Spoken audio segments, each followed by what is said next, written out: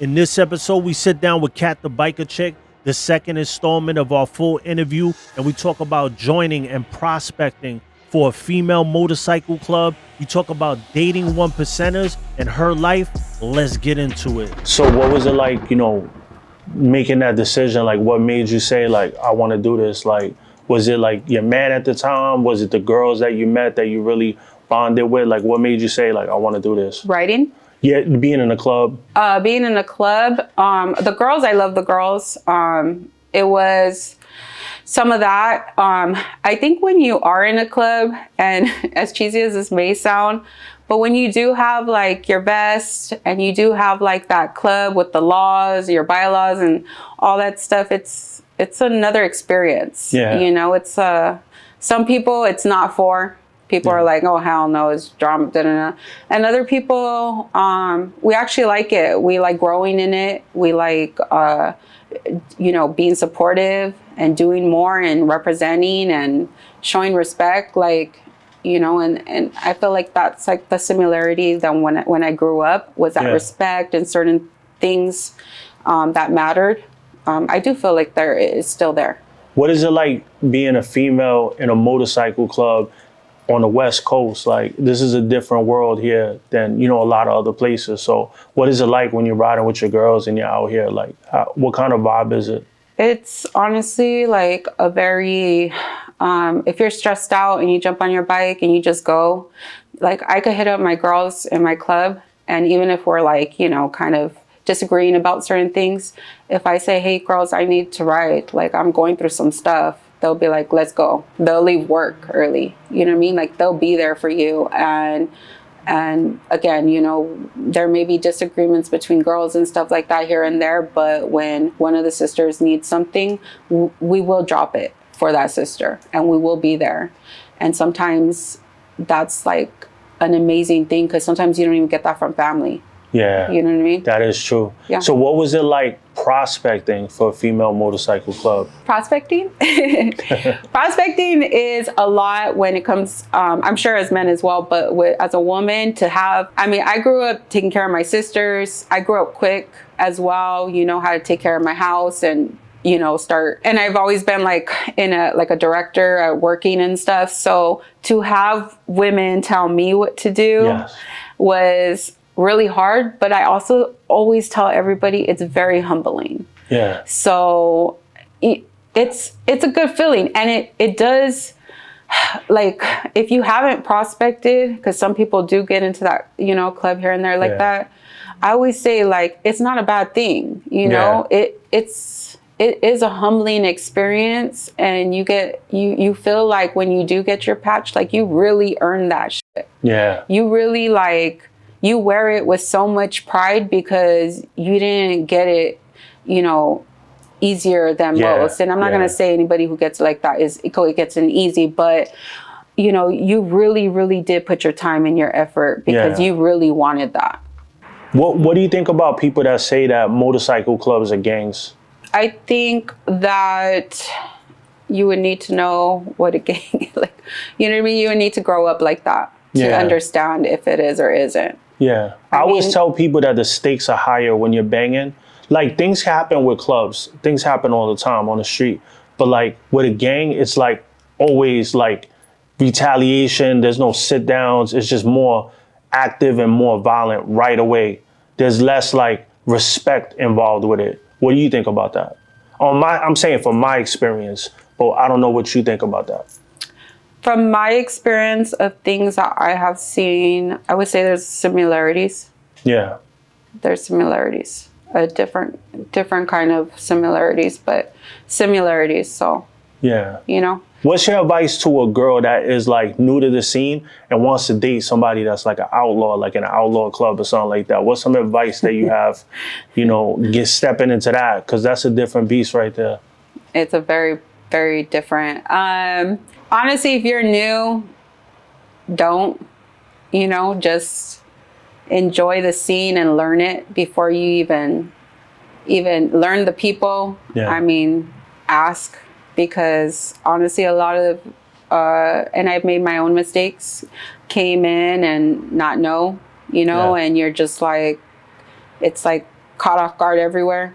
Yeah. So I would honestly be like, if you're here just like you're there just to have fun or whatever, you know, watch who you're having fun with. Make sure you know what you're doing, because you could be messing with the wrong person and it's just more drama in people's lives, and you don't want to do all that. What's the requirements for the motorcycles? Because I seen in your club, like, you guys got real deal bikes. I don't see no like bullshit bikes. Is that a requirement? Do you have to have a Harley? You definitely have to have a Harley. Oh, so you're not playing. Yeah, you definitely have to have a Harley. Yeah.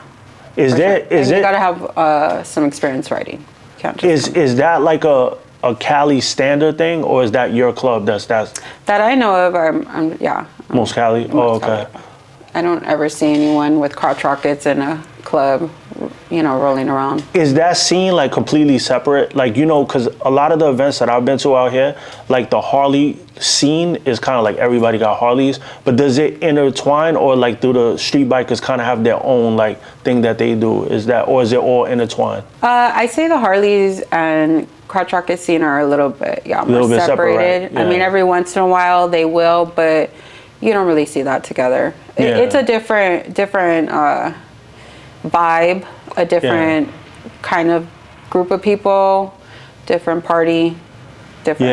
Yeah. Much different. So tell me what it was like launching Crazy Cats. Like, you're branded up, you got the logo, you got the marketing strategy. Like, where did you gain that from? What gave you the idea to like go with that logo and to come up with the company? All of it was just so much work, honestly, and trying to figure it out. It's not something that I just was like, oh, one day, you know. Yeah. It took a year of looking at logos. I had so many different designers. I spent money trying to design something for me, and I couldn't. There's this one site that you could go on, and there's designers from all over the world. You pay a certain amount, and it's like a contest, and then they're trying to give you logos. Oh, that's dope. Yeah, and you pick which one that is more for what you give them like an idea kind of inspo, and then they do all their creativeness. And I highly recommend it, because when I went to just one designer, it's like you only get that one. You know, whatever his art is, that's what you're getting, and then it may not be what you're looking for. Yeah. And then you're just paying, you know what I mean? And he doesn't understand what you're saying. So when you do something like that, you're getting all these concepts, and it's pretty cool, because then you could pick one and then, or pick a couple. You have like a week, and then you could tell them to change things up. Yeah. At the end of it, you end up picking your one logo that wins, you know? You know what I like what you did too? Because you actually put it up on Instagram, and we were able to vote too. Like, I remember voting on which one was doper or whatever. So you have that business aspect. Like, what do the people want? Yes. Because a lot of people just think about their self, but they don't think like value is how you get money and how you get blessings, you know? And you thought about people first, you know? So that's why you're being blessed. Yes. And the first year when I opened up was COVID. So there was really nothing going on.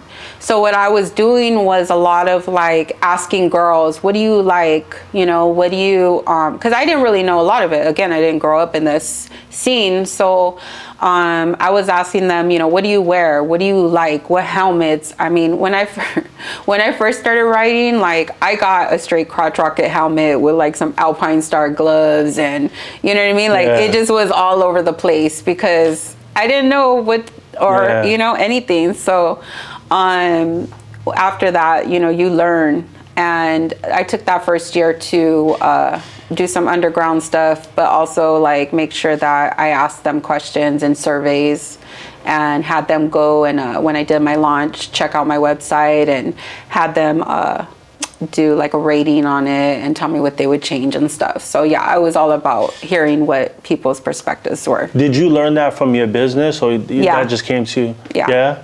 So that was a great, Yeah, I do have, and I always say this, like as far as my jobs I've ever had in the past, I do have like a little creativeness to me. One of my hidden talents is that I do know how to draw portraits. Oh, nice. So it's not something that I'm passionate about and like to do, you know, and sit there. It would take me hours and hours.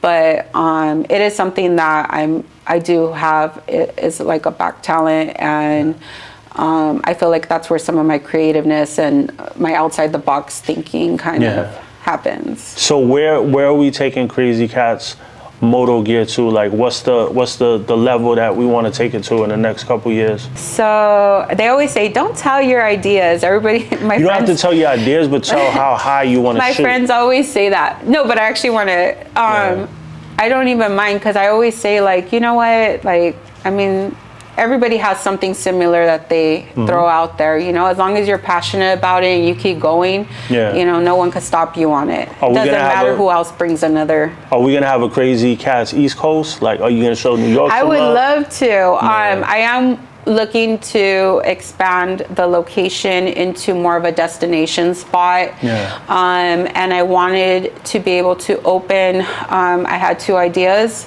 of either like a cool, it'd be connected with like a pizza beer spot, or having more of like a women dealership where it's selling bikes catered toward women, you know, bringing them down, colors, different things like that, because a lot of the bikes you got to go and put all sorts of extra money in to actually get it to fit a woman. So that's kind of what I wanted to do in the near future. I'm talking to some investors and stuff with things like that. That's awesome.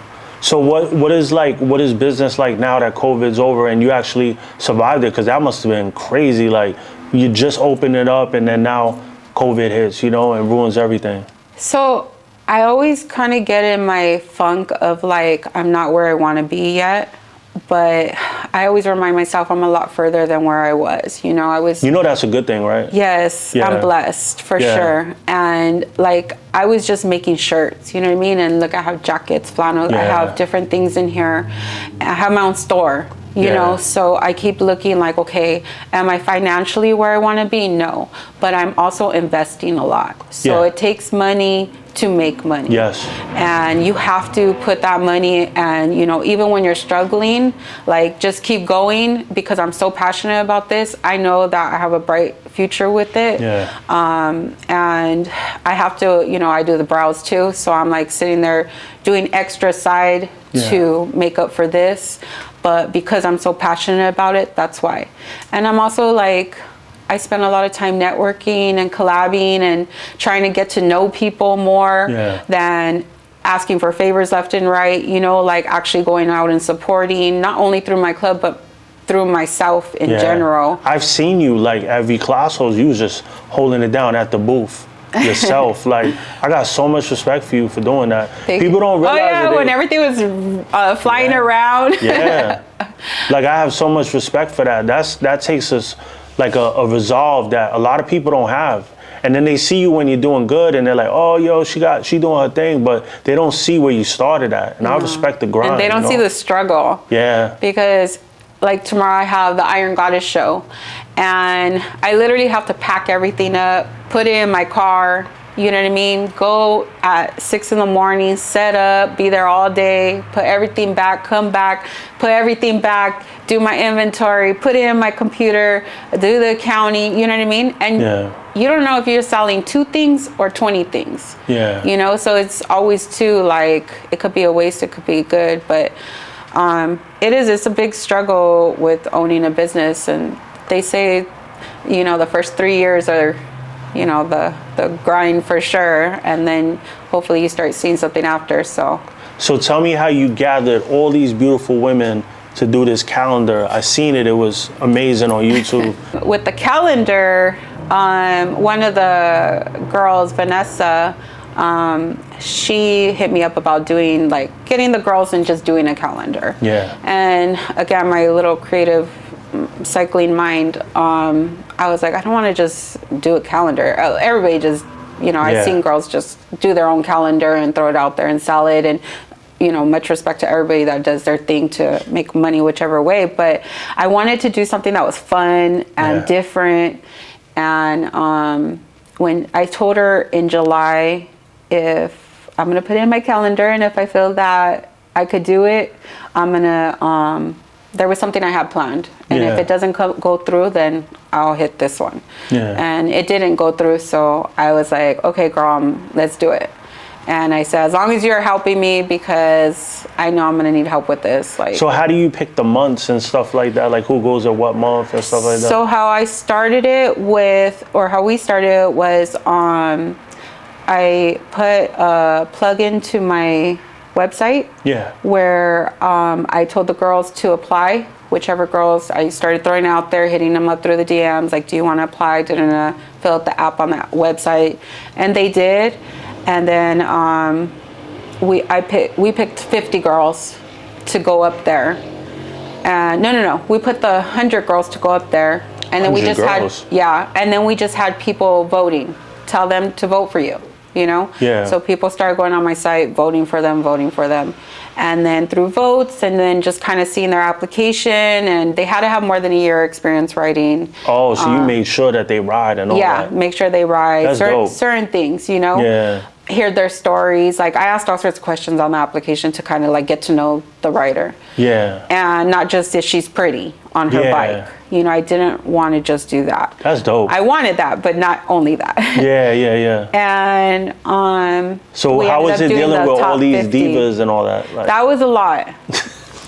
That was a lot. I'm very patient. Yeah. I have 4 sisters, and then I have a club of girls. Yeah. So I am, I think, I wouldn't say used to, I don't think you'll ever be used to, but I'm able to handle more women a little bit better. I have more patience. Like, I kind of know how to be like, okay, you know? Yeah. But there were times that I literally broke down because it was just so much for me, and some of comments that were made, or sometimes, you know, the things that they would things they would say or throw out there was just ridiculous and just hurtful. And I'm very strong, believe me, I have thick skin, but it could get to you. So, you know, luckily I had some of my girlfriends that I'm cool with, and my sisters, and that really just kept pushing me and saying and just people on the outside that were like, man, this is cool, you're such an inspiration and stuff. And I never look at myself like that, but when people say it, it gives you that like extra boost, you know, to keep doing it, keep pushing. I definitely think that like you're someone that is a respected female in our culture. Like, everybody knows you. You got your spot. You a clubber. Like, everybody got love for you. You know what I mean? Like, you're definitely respected. I could say that. Thank you. Yeah.